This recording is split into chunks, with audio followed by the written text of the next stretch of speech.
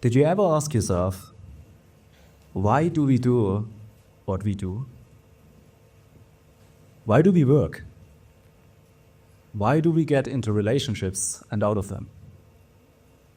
Why do we watch movies? It might not seem like this, but the reason for all of them is indeed the very same, and can be summarized as, we hope they give us a good time. As good as possible for a moment, and for as long as possible. Whether for ourselves or the people we care about. And while we pursue this objective, we get really creative in the means that could get us there. Maybe it's a coffee. Maybe it's going to university and taking on a specific job. Or maybe it's building civilizations or starting a war.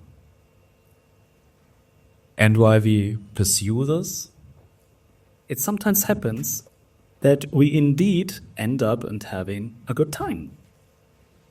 Just to see that a bad time was right around the corner. And when this arrives, you wonder, how the heck did we get there? And how do we get out of there again, back to good times? And this basically continues through our whole lifetime and throughout history. I call it the good time journey. Each of us has one, and some parts of it we share together. Which makes me wonder, why is this that it is that way? And why can't I just have a good time anytime I want it? Or how would it be if I don't just have a good moment or good periods like weeks, months, or years, but a whole lifetime, and for societies, forever? Let's explore this question. But warning, you might say, I don't want to have a good time all the time because if I had, it would be boring. But here's the thing, it wouldn't. Because if it would, it had already stopped being a good time. What we don't want is the same thing. Because variety gives us a good time, which is what we want. So who of you wants to have a good time? Okay, let's get started. When I was 19 years old, my first girlfriend just broke up with me. I was devastated, and I did not understand it. So my friends explained it to me, saying, Christian, she's just a nice girl. It is as it is. But for me, I believed she's really a nice girl, and this explanation was not only not fair, it also didn't satisfy my intellect. I wanted to understand why it is the way it is. So here's what I did. I drew out the whole relationship on a timeline and placed all the things that happened on it. And it gave me a sense of understanding which somehow calmed me down. But what I also noticed is that good times were correlating with my productivity, which was very important to the time to me. So I went on, and some years later, life went really well. I was successful in pretty much everything I've been told matters. I had good grades in university, made a good living by running my own business, traveled a lot, was in good shape, and even had a new girlfriend. But somehow, dissatisfaction crept in. There's no real outlook for deeper fulfillment to come. And I was asking myself, if this is all there is to life, what's the point? So to answer this question, I drew a timeline again. But this time about my whole life. And I marked when things went well and when they didn't. And at that moment it occurred to me, why do I approach it that way? Why do I pursue all of those things I pursue and be so flexible whether I'm having a good time or not? Wouldn't it make much more sense to flip the whole approach and just stick to good times and be flexible with everything else I'm doing? Because as long as I don't prioritize good times, I will keep chasing what might not even bring them. Like a monkey jumping from branch to branch, grabbing what's ever closest, just with no direction and yet still hoping to arrive. So I committed to this approach, which brought up then the question, what brings me a good time for as long as possible? Well, I didn't know the answer, and my environment apparently neither. So what to do in this case? Right, expanding the scope of search. So I sold everything I had, except of one suitcase, left my country, traveled to dozens of others, and observed different lifestyles. Immersed myself into them, studied cultural wisdom, and talked to people from all walks of life. And what I found is we all want good times. But as we come from different backgrounds and face unique situations, the means to get them vary. So we can learn from each other. However, the advice from your best friend or your favorite author might not be necessarily feasible for you. You still need to go through our own life and see what works. Second, there was no one factor that was consistently linked to good times. Neither wealth, nor relationship status, nor religion. In fact, factors were not even consistent within someone's own lifetime. What brought a good time at one point in time held no meaning at another. So being really flexible does make sense, and creating structures that allow this flexibility is wise. However, there was one rule that still applied. When we have an objective, there exist only two kinds of things. The ones that get us closer to it, and the ones that lead us away from it. To clarify this, I created this diagram. I'm calling it the 4 playgrounds. So if good times is what we want, then eating a burger, if you enjoy eating burgers, gets us to it. But if you're tired and making a night shift, it gets us away from it. However, there is obviously another dimension, which is the future. Some things we do, for example, if you ate too many burgers, make you feel bad in the future. Gives you a bad time. While some things we do, if this night shift, for example, resulted in an increase of income for the years to come, caused a good time in the future. Which leaves us, say, this is now, this is future, this is also future. Which leaves us with 4 fields where we can categorize anything in our life. The things that give us a good time now, but a bad time in the future. That's a trap. The things that give us a bad time now and a bad time in the future. Well, that's a red zone, yeah? The things that give us a bad time now, but a good time in future, we're getting there. And the things that give us a good time now and a good time in future. Well, this is gold.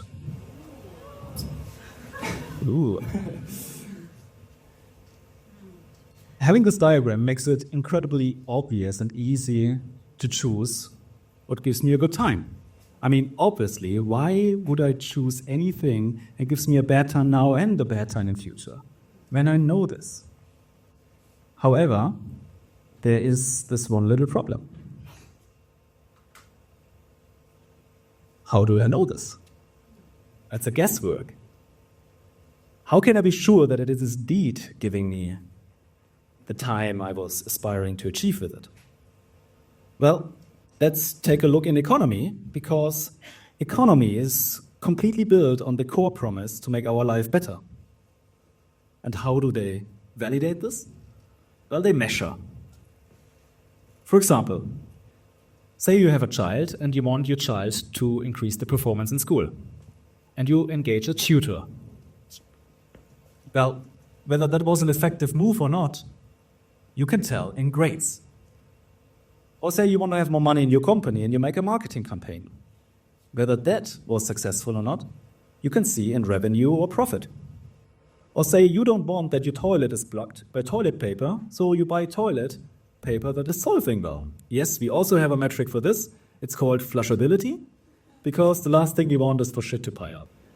The issue is, all of those things are means. They don't really measure to make life better, they just measure to achieve what they were promising to achieve, like better grades. And at that moment, then I realized that the whole system became insane to me.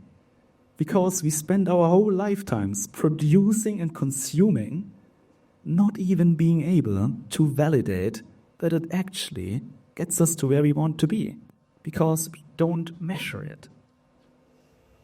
So when I realized this, I went back to university and conducted PhD research to develop a metric that does this job. And even though you might not have this impression of me right now, I actually do like simplicity. So if our goal is to have good times, every time we don't have them, we have a ratio of good times. Therefore, straightforward, the metric is called the good time ratio. In short, GTR. And GTR is groundbreaking because it's a North Star metric, and we can measure anything with it. It's not only telling us where we are right now in our satisfaction, but also when we do something or consume something, whether is it increasing or is it decreasing. So after I understood this, I made a self-experiment. And I started to pay attention to everything in my life. And measured the effect on my weekly, monthly, and annual GTR. In that way, I could tell if it was a short-term up or a long-term up. So I experimented with different locations, the people I met for how long, social time versus me time, actions, food, sleep, and strain, how long I listened to music and when, and so on. And it turned out to give me a number eventually. Yeah. Then I kept doing my life, a week later measuring again, and I see if it increased or decreased. I kept going what I could, and when it was dropping, I could adjust because I could pinpoint why it was dropping. And in that way, the good time journey resulted in an up. Consistently. This is just an experiment with a few variables of one person. But if we measure everything in our life, what we do anyway already, but just compare it and see the effect on the good time ratio, we can collect so many data and validate anything to fine-tune our moves to an extent that we can adjust what we do before we even notice that it would cause a negative effect. Is this the answer?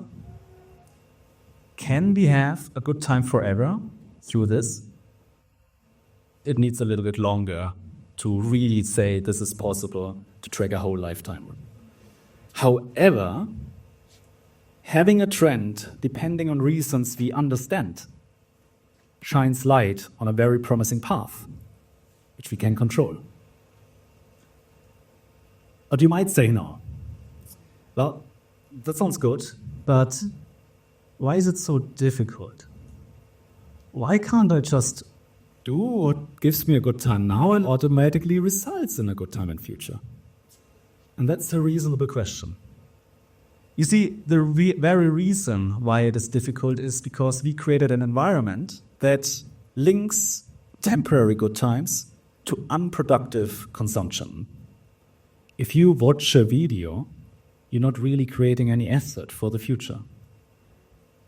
While the things that prepare and ensure that we have a long-term good time are mostly linked to unpleasant work.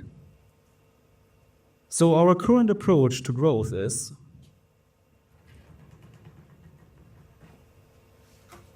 from work to shopping and back. From work to TV and back. From work to fill the gap, whatever you do. But this is not a long-term winning strategy. Because if it was, it would feel natural. It would be natural. But instead, what nature is doing, it plays in gold. It has a gold standard. Nature had long-term objectives to ensure the ongoing existence of a species and aligned short-term interests with a long-term goal. By nature, eating to gain energy is tasty. By nature, socializing and collaborating to be more protected and stronger gives us a sense of belonging. By nature, reproduction to ensure the forwarding of genes, well, there's a good reason we call it making love, which changes the whole perspective. Not from, is it possible to have good times all the time? To have good times all the time is the winning strategy for anything we want to achieve. But our current environment does not support this, and I'm tired of this. I'm tired to have to take a look at all the nutrition facts of delicious food just to pick then the one that messes up my future the least. And I'm angry. I'm angry of this vast landscapes of products which is clearly not designed to really make my life better, but designed around how to get money from me or something I could use for myself. And I'm sad. I'm sad of seeing all those children being told not to play until they studied, just so that they would be well integrated one day into an unsatisfied society. However, I'm also optimistic. Because after seeing all those people, I'm convinced that we all just want the best. We all just want to have good times. So here's a vision how this could look like. In my vision, children don't have to choose between study and play because study is play. And for us grown-ups, work is play too. In my vision, economic success is not measured in revenue or profit, but how much a company increased the good times of its customers and employees. And in my vision, governments invest in what truly makes times better for the population, doing right to their role of serving the people. In short, in my vision, we all play in gold standard again, because this is what we are made for. To not just be only in our minds all the time, thinking about all the possible consequences of going after our desires, but to be also in our hearts. Because at the end of the day, we don't think satisfaction, we feel satisfaction. Let's prioritize the pursuit of good times in our lives and at work, and be flexible with everything else. Because good times are what we want, and it is time to create a world that supports it. Thank you.